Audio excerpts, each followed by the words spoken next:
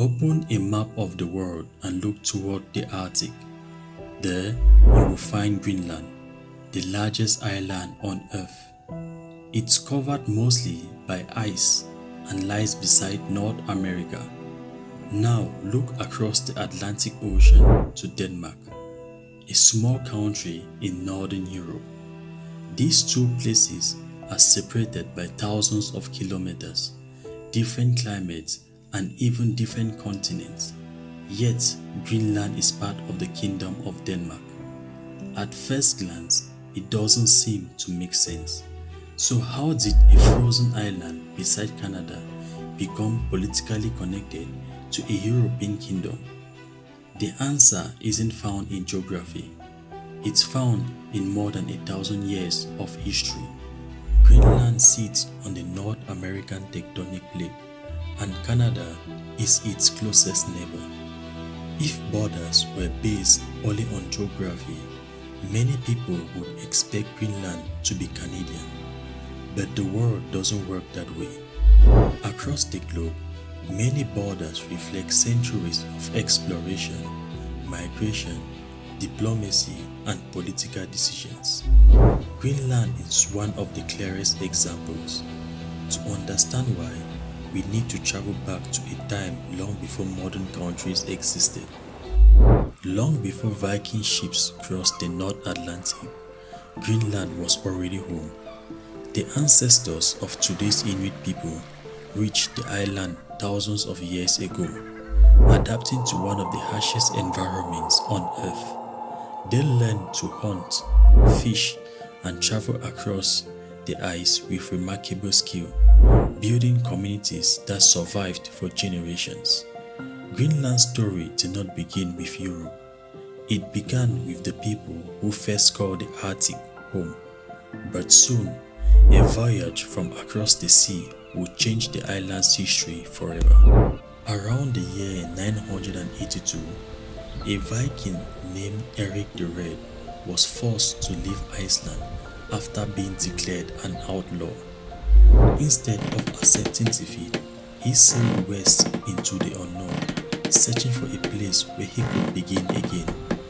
After a dangerous journey across the icy North Atlantic, he reached a vast and rugged land unlike anything he had seen before. The land was Greenland. The name has puzzled people for centuries. Why call an island covered mostly in ice Greenland? Historians believe Erik may have chosen the name to encourage other settlers to join him. During the short Arctic summer, parts of southern Greenland become green with grass and wild plants. The welcoming name gave people hope that life there was possible. Whether it was clever marketing or genuine optimism, the name endured, and more than 1,000 years later, we still call it Greenland. Erik returned to Iceland and convinced several families to follow him. Together, they built farms and small settlements along Greenland's southwestern coast. For generations, these Norse communities survived in one of the harshest environments on Earth, but life in Greenland was never easy. Over time, changing conditions, isolation, and declining trade contributed to the disappearance of the Norse settlements. Even so, Greenland itself was never forgotten.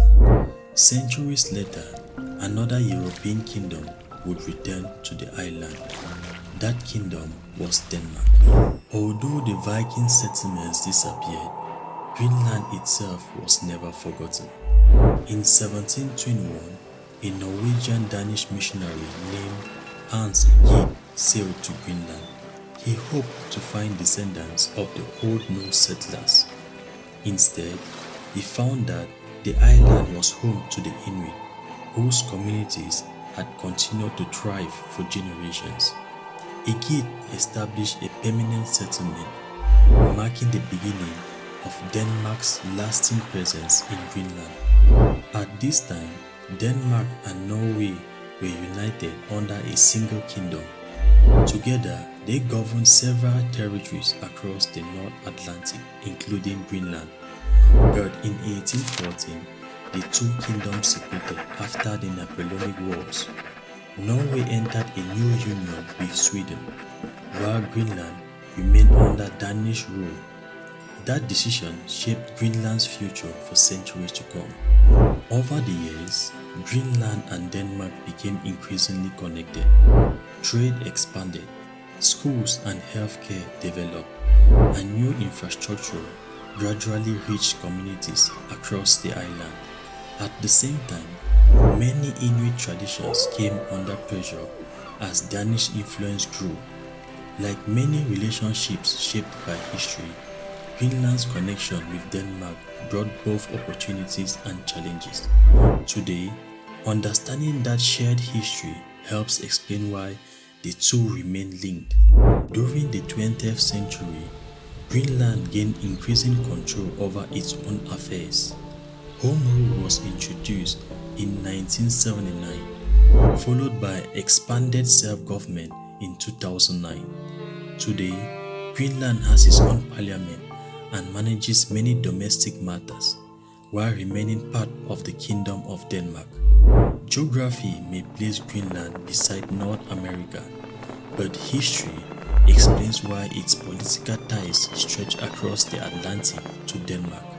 At first glance, Greenland looks like a world of endless ice and snow, but today it has become one of the most closely watched places on Earth. Scientists, governments, and businesses are paying increasing attention to this Arctic island, not because of its size alone, but because of what it represents for the future. Greenland holds one of the world's largest ice sheets. Scientists study it closely because changes in the ice can affect sea levels around the globe over time. As the Arctic warms, Greenland has become one of the most important places for understanding our changing climate. What happens here can have consequences far beyond the Arctic. Greenland is also rich in natural resources, including rare earth minerals used in smartphones, electric vehicles, and renewable energy technologies. Its location between North America and Europe also makes it strategically important. As interest in the Arctic grows, Greenland's role in the world stage continues to grow as well.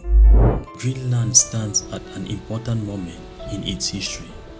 It is balancing economic opportunities, environmental protection, and its unique cultural identity. The choices made by the Greenlanders today will help shape the island's future for generations to come.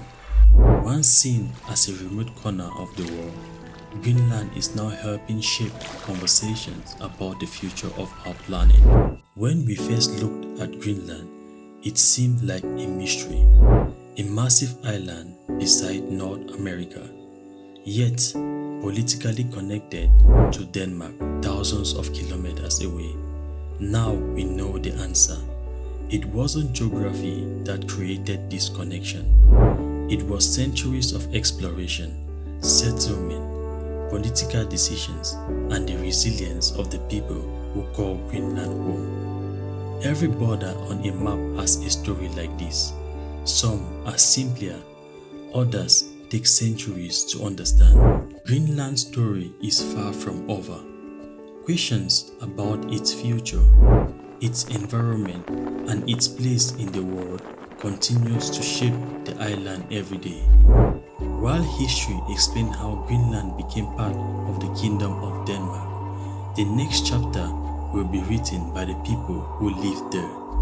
Like every nation and territory on Earth, Greenland continues to evolve. At Beyond Borders by Summer, we believe every place has a story waiting to be discovered. Sometimes it's a mountain that changed history. Sometimes it's a river that built civilization. And sometimes it's a frozen island that reveals how deeply our world is connected. The more we understand these stories, the better we understand our planet and each other. Thank you for joining me on this journey. If you enjoyed discovering the story behind Greenland, don't forget to subscribe for more documentaries that uncover the hidden stories behind countries, borders, and civilizations around the world. Until our next journey, I am Sama, and this is Beyond Borders, where every border has a story.